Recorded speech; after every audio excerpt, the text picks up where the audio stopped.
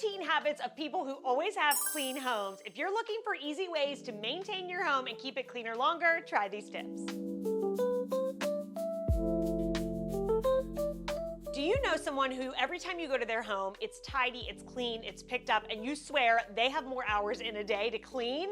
They don't. Chances are they've just adopted some habits and routines that they incorporate into their day-to-day to maintain their homes. The good news is you can do this too with some practice and some discipline. And even if you don't do everything on this list, just incorporating a couple of these is going to make a big difference. So let's check them out. Number one is one we already touched on, and it's actually going to go along with everything else on this list, and that is that they developed a set of habits and routines. The nice thing about this is once you get this down, you're going to do these things without even thinking about it. It's not going to feel like a chore or an extra task. For example, every single night I put the kitchen to bed. I wash the dishes, I clear the counters, I wipe down surfaces. I don't even think about it. It's just part of what I do every day, so it does not feel like it's an extra chore or like it's taking more time. Now, my suggestion here is whatever new thing you're going to try to incorporate, stick to it, discipline yourself to do it every day for 30 days. Really get that habit to stick. I promise before you know it, it's just going to feel like part of your routine.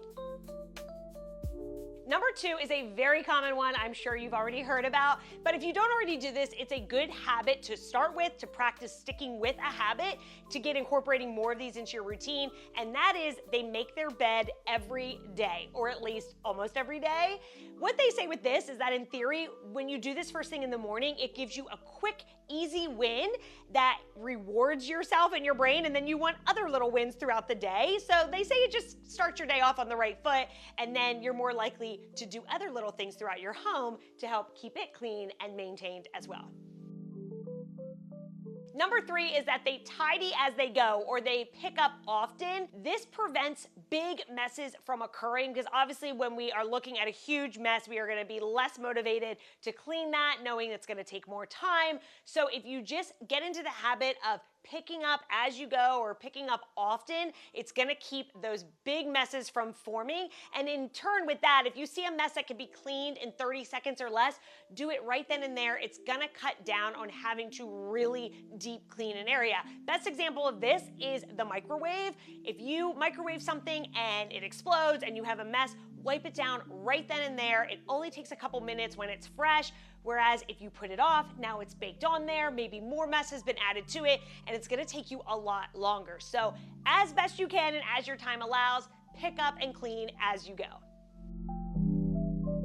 Number four is that they do nightly resets. I had mentioned this earlier that I do this part of my routine every night. I don't even think about it. It's just truly part of what I do because it's become a habit now.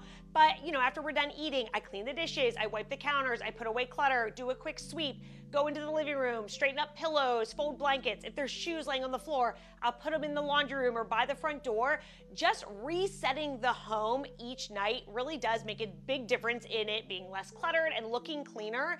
And it's the best feeling the next morning when you come out and the kitchen is clean or the other parts of the home are clean. Plus, you're just not gonna feel overwhelmed. It starts your day off a lot better. Number five is that they do a load of laundry every day. Now, the exception to this is if you truly don't have time to do some every day, or maybe there's not enough people in your house to accumulate enough laundry every day. In that instance, I would just designate one day to be laundry day. You wash, dry, fold, put away all in that day.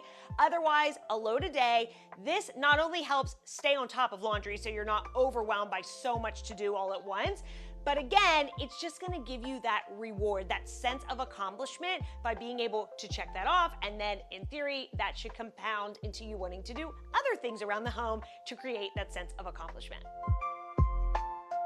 Number six is that they declutter often. And I don't mean that they do a full-on decluttering every week of their cabinets and drawers and things like that, but they do it more than just spring cleaning and fall cleaning.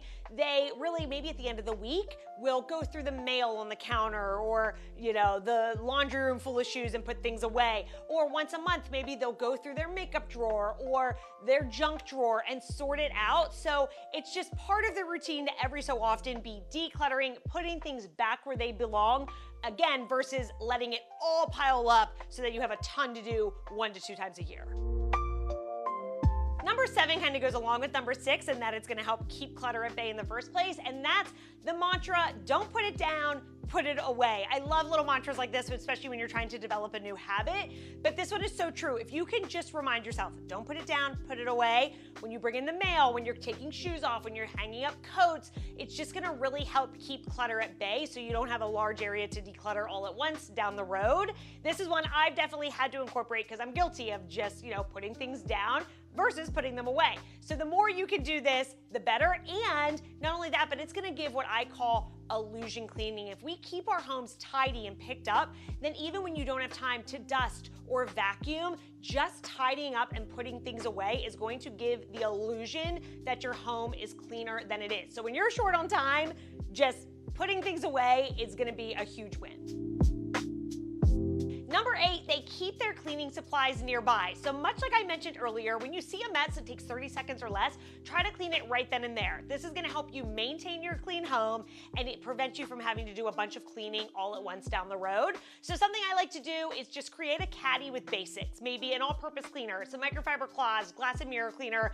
Keep that maybe under your bathroom sink, under the kitchen sink, somewhere close by so that when you see a mess, you can clean a mess. So if you know your supplies are right there, you're more apt to grab them, clean the mess quickly versus if you have to go down the hall to the closet or go to the basement or somewhere further to get them. So I think you'll find that you're able to stay on top of messes a lot easier when your supplies are within easy reach. So we already talked about how nightly resets are helpful, but number 9 is doing weekly resets. So the same idea, but maybe it's every Friday night or Saturday or Sunday night to prep you for the week ahead, but they reset their homes and get them in order to set them up for success going forward in the week. So this could be things like going through the mail that's maybe piled up on the counter, catching up on laundry if you're behind on that, going through the refrigerator, getting rid of expired food, wiping down shelves, same with the pantry. So just those little things picking up around the home to reset for the week ahead. If you get into a habit of doing this every week, it's going to prevent you from having to do huge cleans or huge overhauls all at once down the road, and just helps you really maintain your home and stay on top of things. And then going in line with that, number 10 is they do bi-yearly cleans. So spring cleaning, fall cleaning. If you can't do both, just spring cleaning, but something to give your whole home a good deep clean and a reset. And if you need help with this, I have a spring cleaning checklist. This would also work for fall cleaning in the description below. And there's also a link to my daily checklist as well. And there's 2 options. If you are somebody who just likes to move down a list and check things off, I have that. If you're more of a planner and you want to plot things on the calendar, I have that option too. So check the description for those. Number 11, they invest in tools that make cleaning quicker or easier. So obviously we don't need a cleaning gadget for every little thing, but if there's something you're really struggling to clean, maybe consider some type of device or something that's gonna help you stay on top of it easier. Case in point, I am always terrible about mopping my floors because it was always such a process to vacuum and then break out the mop and bucket. So I invested in a vac mop, which vacuums and mops at the same time. I'll link in the description below some of my favorites, but this has really helped me maintain my floors and keep them cleaner longer because I can just do this once a week and not have to make it a whole big process. So any tool like that, or maybe a robot vacuum, something that's gonna clean while you're away, that's helpful too. So if you really struggle with certain areas, consider tools that might make it easier.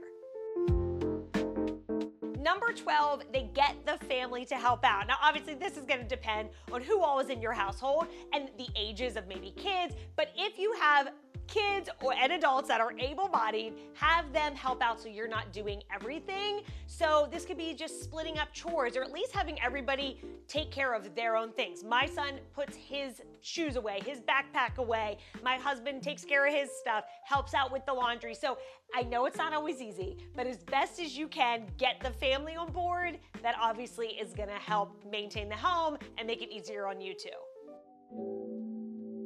Number 13 is pretty specific, but they squeegee glass shower doors. If you have glass shower doors, you know soap, scum, hard water can really build up and they look dirty, and it can actually make a bathroom look dirtier than it really is. We find that squeegeeing after every single shower really helps keep them cleaner longer. And honestly, it's just a habit. We're so used to doing it now, we don't even think twice about it. Now, something else that you can do to help keep them cleaner longer is apply a ceramic type spray. I'll drop my favorite in the description below. And this will help water bead off of it faster. So hard water soaps come in that can't cling as easily. So they stay cleaner longer. So you can always do something like that, but at the very least, squeegee in between uses, and that's gonna help maintain their clean a lot longer. Number 14 is one that I am preaching all the time, and that is to get used to quickie cleans. Not everything needs to be a deep, thorough clean. In fact, I think when we think that the only solution is to really deep clean the whole room, it's overwhelming. We don't have enough time to do it, so we put it off and we don't do anything at all. If you get in the habit of just doing quick cleans to each area, it's gonna buy you time in between those deeper cleans and help it just look cleaner longer until you have time to tackle it a little more thoroughly. So this can be something starting, say, in the bathroom. It's just as simple as wiping down the sink bowl because those get dirty the fastest, or just quickly washing the toilet or dropping in a toilet tablet or a toilet sheet here and there to keep those cleaner longer. Squeegeeing the shower doors, like we said, just quick little things that you can do, maybe a quick vacuum with a cordless vacuum at night, quick little habits that'll keep it cleaner longer, like I said, until you have time for the more thorough clean. But don't feel like every clean has to be a deep clean. Quick, 15-minute or less jobs, get it done too. And sort of going in line with the quickie cleans, number 15 is they don't seek perfection every time. Good enough is good enough. Done is better than none. So give yourself some grace. When you have time to do it really thoroughly and a real deep clean, do it. But when you don't, just tackle those obvious messes or do what you can do, and that is better than nothing. So take some of the pressure off, and trust me, you will know that your house is dirty, that the baseboards haven't been dusted, but if a stranger walked in, they're not gonna know that. So the main important thing I would say is to keep up with the obvious messes, what your eye goes to, what you notice, and save the finer details for when you have more time. All right, and that does it. I hope this was helpful, especially if you are looking for some easy ways to maintain your home or some habits that you could get into to make it easier to do. Let me know in the comments below maybe what you do that helps you keep up with keeping your home clean, or something that you learned here today that you're looking forward to incorporating into your day-to-day.